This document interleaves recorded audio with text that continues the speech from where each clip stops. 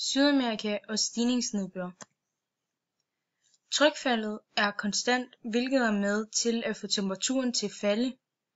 Når luften den stiger op i atmosfæren, udsættes den for et lavere omkringliggende tryk og udvides. Det kalder man for adiabatisk nedkøling. Som sagt så falder temperaturen med højden, og ligesom at der oppe på et bjerg er ofte sne eller rigtig koldt i forhold til nede på jorden. Når luften den stiger op, så bliver den til vanddamp, og det fortættes. Når luften fortættes, afgiver den energi, der oprindeligt gik til at fordampe vandet. Og når luft er mættet med varmdamp, stiger den, og så dermed bliver den køligere, vil vanddampen fortættes. På den måde afgives energi til den omkringliggende luft, der bliver en lille smule varmere. Derfor falder temperaturen ikke så drastisk med højden, når der er vanddamp i luften. Temperaturen den falder med 0,5 grad for hver 100 meter stigning, når luften er mættet med vanddamp, men temperaturen den falder med 1 grad for 100 meter stigning, når luften er tør. Under alle omstændigheder vil vanddampen afkøles og fortættes til skyer. Til sidst vil fortætningen være så kraftig, at vægten af vanddråberne gør, at de falder ned til jorden som nedbør.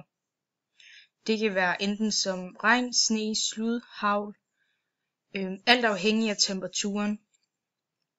Det kan være fordi luften møder bjerge, der tvinger den opad, hvor der er koldere, og den slags regn kaldes stigningsregn.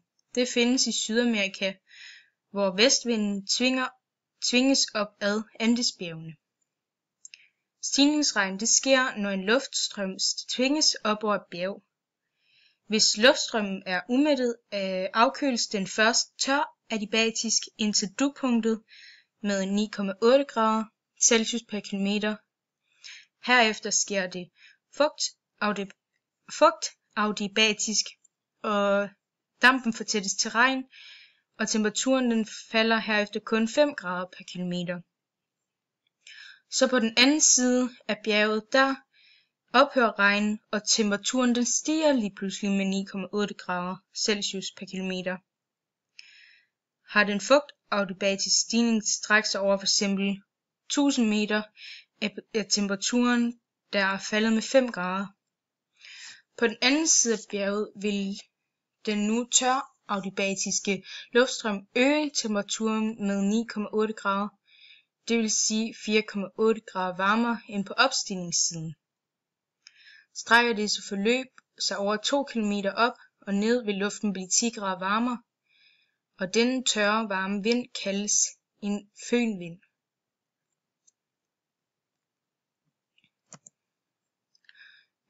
Sydamerika, den strækker sig fra ækvator og så cirka 50 grader syd.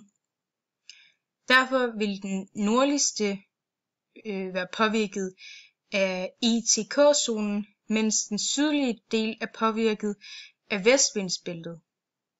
Og der regner der, hvor vinden bærer skyerne hen, så heroppe på den nordlige del, så vil ITK-zonen påvirke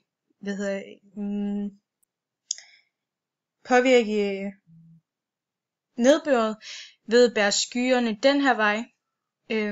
Og så vil der så ske det her stigningsnedbør, hvor at det så regner rigtig meget på den her side, og så kommer det tørre, den her fønvind over på den anden side, og det er så her, hvor Atacama ørken er, som er et af de tørreste områder i hele verden. Og så hernede på den nordligste del, der kommer der så vind for den modsatte side, altså højre side, og så derfor vil der så være regn på den her side, imens der vil være kold luft eller tør luft over på den anden side. Vinden er påvirket sådan her, fordi at Sydamerika strækker sig over, hvor der er lavpunkt her, så er der højpunkt, og så er der lavpunkt igen. Og derfor vil vindene gå forskellige retninger.